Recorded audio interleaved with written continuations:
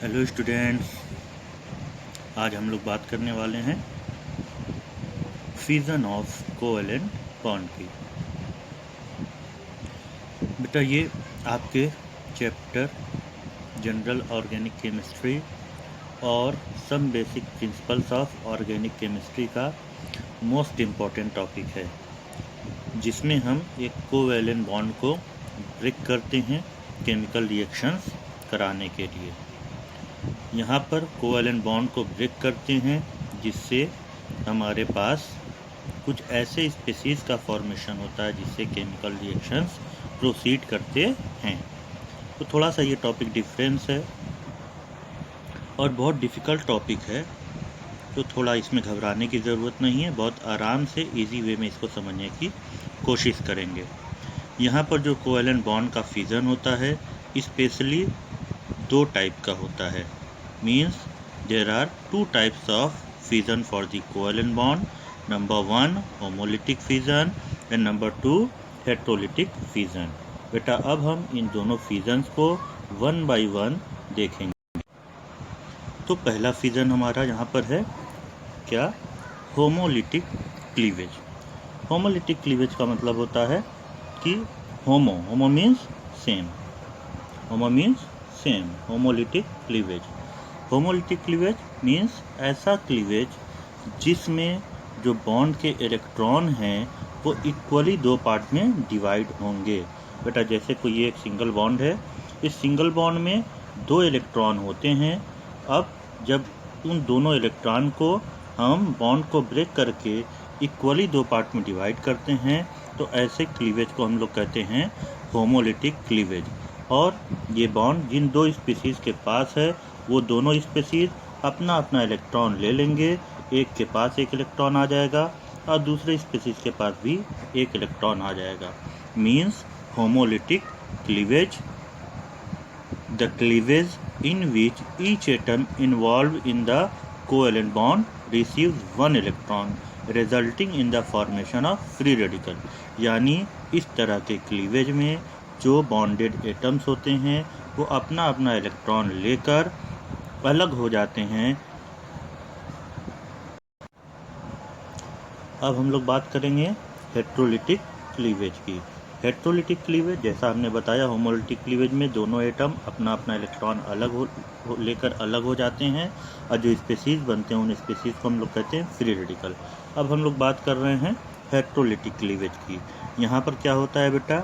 यहाँ पर जो बॉन्ड के इलेक्ट्रॉन होते हैं दोनों बॉन्डेड एटम में से किसी एक के पास चले जाते हैं। जैसे हम यहाँ कंसीडर करते हैं कि यहाँ हमारे पास ए है और इसका बॉन्ड बी के पास है, तो ये बॉन्ड का इलेक्ट्रॉन बी के पास भी जा सकता है या तो ये बॉन्ड का इलेक्ट्रॉन हमारा ए के पास भी आ सकता है। यानी जब बॉन्डेड इलेक्ट्रॉन बॉन्डेड एटम में से किसी एक स्पीशीज़ के पास चला जाए तो ऐसे क्लीवेज को हम लोग कहते हैं हेट्रोलिटिक क्लीवेज। इस हेट्रोलिटिक क्लीवेज के थ्रू हमारे पास दो तरह के स्पीशीज़ बनते हैं। एक स्पीशीज़ के पास प्लस चार्ज आता है और एक स्पीशीज़ के पास माइनस चार्ज का डेवलपमेंट होता है। हेट्रोलिटिक क्लीवेज में जैसा मैंने बताया, क्या बताया कि दो तरह के चांसेस हैं। ठीक, क्या? बॉन्डेड इलेक्ट्रॉन दोनों एटम में से किसी एक एटम के पास आएगा और जब किसी एक एटम के पास आएगा तो वो एटम नेगेटिव हो जाएगा और दूसरा एटम पॉजिटिव हो जाएगा। तो यहाँ हम लोग पहले केस की बात करते हैं। यहाँ पर जेड एटम है जो कार्बन से अटैच्ड है और यहाँ पर ये बॉन्ड को अपनी ओर ले रहा है। तो यहाँ पर जेड स्पीशीज आपका क्या होगा? नेगेटिव होगा और कार्बन क्या होगा? पॉजिटिव होगा। ठीक है। दूसरे केस में हम लोग देख रहे हैं कि जेड एटम अटैच्ड है बट इलेक्ट्रॉन कौन ले रहा है? कार्बन ले रहा है। इस केस में क्या होगा हमारा? इस केस में कार्बन नेगेटिव बनेगा और जेड हमारा पॉजिटिव बनेगा। तो यहाँ पर हमने क्या कहा? हेट्रोलिटिक क्लीवेज में जो ऑर्गेनिक पोर्शन होगा वो या तो प्लस बनेगा या तो माइनस बनेगा। जब ऑर्गेनिक पोर्शन प्लस बनता है तो उसे हम लोग कार्ब कैटायन कहते हैं और जब ऑर्गेनिक पोर्शन माइनस बनता है तो उसे हम कार्ब एनायन कहते हैं। यानी हमारे पास टोटल यहाँ पर दो तरह की क्लीवेज है। Homolytic cleavage and heterolytic cleavage. Homolytic cleavage से हमें फ्री रेडिकल ऑब्टेन होते हैं, हेट्रोलिटिक क्लीवेज से कार्बोकैटायन या कार्बेनायन ऑब्टेन होते हैं। तो बेटा हमने क्या कहा, 3 तरह का क्लीवेज। कितने तरह का क्लीवेज हमारे पास है? 3 तरह का क्लीवेज है हमारे पास। एक क्लीवेज हमारा क्या है? Homolytic cleavage. दूसरा क्लीवेज क्या है? Heterolytic cleavage. होमोलिटिक क्लीवेज में हमारे पास क्या ऑब्टेन होता है? फ्री रेडिकल ऑब्टेन होते हैं हमारे पास। और हेट्रोलिटिक क्लीवेज में प्लस चार्ज अगर कार्बन के पास आता है तो उसे हम लोग कार्बोकैटायन कहते हैं, और अगर माइनस चार्ज आता है तो उसे हम लोग कार्बेनायन कहते हैं।